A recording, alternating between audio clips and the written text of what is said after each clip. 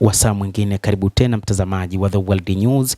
Katika kipindi hiki cha ulimwengu wa siasa, mimi ni Adam Hussein, lakini moja kati ya yale tuliokuwa nayo ni kile kilichoelezwa na rais wa Iran Masoud Pezeshkian, ambaye anasema Iran haitaki vita, mashinikizo ya kiuchumi yanalenga kuichafua serikali ya nchi hiyo.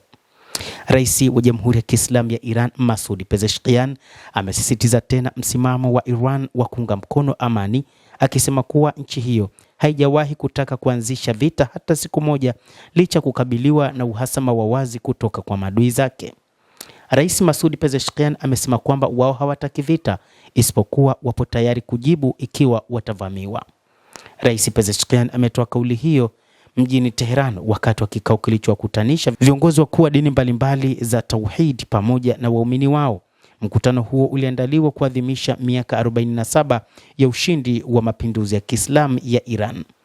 Rais Masoud Pezeshkian amesema, tangu mwanzo kabisa tumekuwa tukisema wazi kwamba hatutaki vita, tunatafuta umoja, mshikamano na kulitumikia taifa letu. Hata hivyo, Rais Pezeshkian amebainisha kuwa maadui wa taifa la Iran wamekuwa wakitumia shinikizo la kiuchumi kama chombo cha kisiasa kwa lengo la kuzuia serikali kuwahudumia wananchi wake ipasavyo. Ameongeza kuwa kampeni hiyo inalenga kuunda taswira ya kutokuwepo kwa ufanisi dhidi ya mfumo wa Kiislamu wa nchi hiyo ili kudhoofisha mbele wananchi na jamii ya kimataifa. Amesema Rais Masoud Pezeshkian kwamba moja kati ya ngome muhimu ya watu wa Iran ni mshikamano wa muda mrefu tangu mapinduzi ya Kiislamu ya mwaka 1979 ambayo yamewafanya wananchi kuwa kitu kimoja, na hii ndio sababu wakati huu Iran inaishi kwa jeuri kubwa ulimwenguni na hata baadhi ya nchi ambazo zimekuwa ni maadui. Moja kati ya kitu ambacho wanakiogopa ni mshikamano uliopo katika nchi hiyo. Katika vita vya siku 12 wananchi waliunga mkono serikali yao.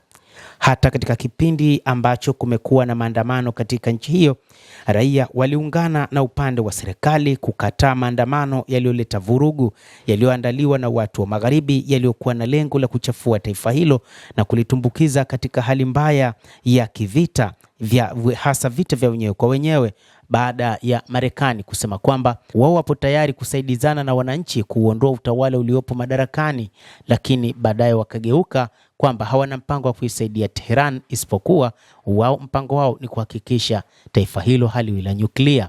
Lakini wananchi walitambua vema juu ya ushirika wa watu wa Magharibi katika namna ambavyo wanaipinga Iran, na kwamba wanatengeneza mipango yao ya kuweza kutaka kulitawala taifa hilo kama ambavyo wameweza kufanya katika mataifa mengine duniani. Hilo ndilo ambalo Waajemi wanalipinga. Rais Masoud Pezeshkian alikumbusha kuwa Iran imekabiliwa mara kwa mara na njama na mashinikizo kama hayo tangu siku ya mwanzo ya mapinduzi ya Kiislamu, wakati taifa lilipoanza kusisitiza uhuru, kujitegemea na kujitawala. Kwa mujibu wake, maadui walifuata mkondo wa njama mbalimbali, ikiwemo kuchochea migawanyiko ya ndani, kupanga mapinduzi na hata vita.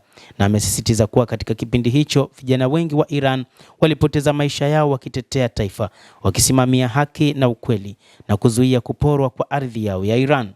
Rais Pezeshkian amesema kuwa dini zote za mbinguni zimebeba ujumbe wa pamoja wa kujizuia na migogoro na zimeutambua ubinadamu wote kama umma mmoja, ambapo fadhila za juu kabisa zinapatikana katika nia njema, kauli njema na matendo mema.